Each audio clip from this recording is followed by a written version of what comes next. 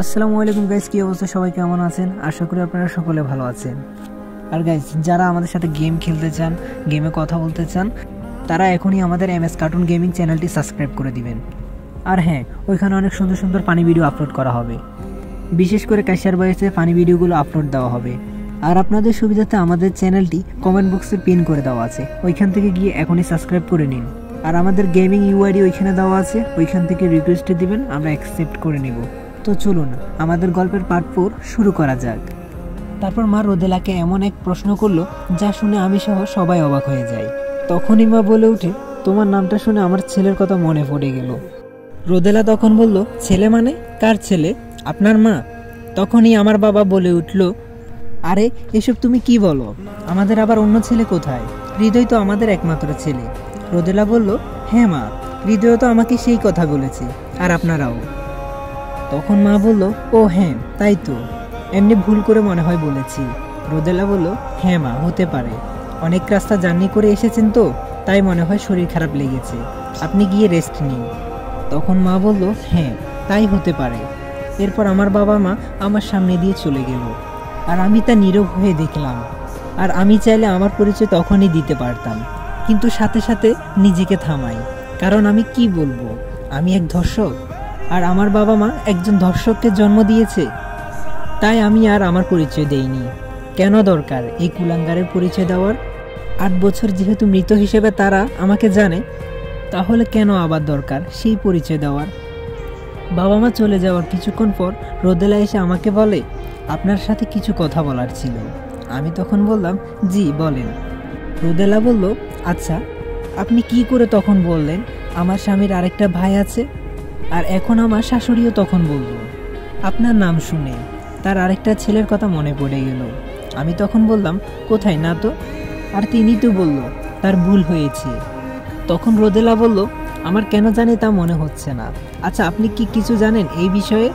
আমি তখন বললাম, আমি কি করে জানবো, আমি তো গত 8 বছর তাদের সাথে ছিলামই না। রোদেলা বলল, 8 বছর ছিলেন না মানে? আমি তখন বললাম, সরি, মানে আমি তো তাদের চিনি না, কেমন করে বলবো? রোদেলা বলল, কিন্তু আমার মনে হয় আপনার সাথে কিছু একটা আছে তার সাথে। আমি তখন বললাম, না এসব কি বলেন, আচ্ছা আমি তাহলে গেলাম। রোদেলা বলল, কেন? আমার কথা শুনে মনে হয় রাগ করে যাচ্ছেন। আমি বললাম, রাগ করব কেন, আর এখন তো রিয়াজও আপনাদের কাছে এসেছে, তাহলে আমার আর কি কাজ? রোদেলা বলল, তাহলে আর কিছুদিন আপনাকে থেকে যেতেই হবে। এরপরে আমি আর কথা বাড়াই না।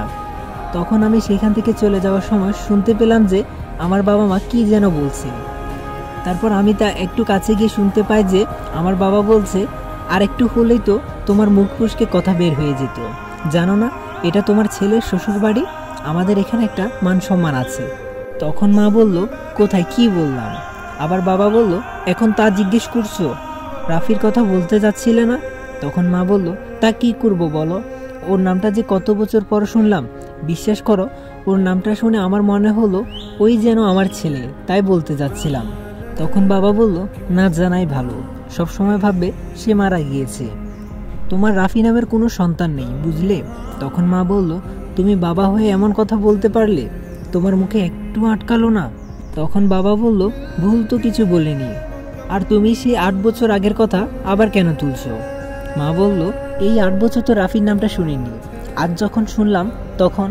বাবা বলল, হয়েছে, আর কিছু বলো না, চুপ থাকো, আর এই বিষয়ে কোনোদিনও কথা বলবে না, এটাই আমার শেষ কথা।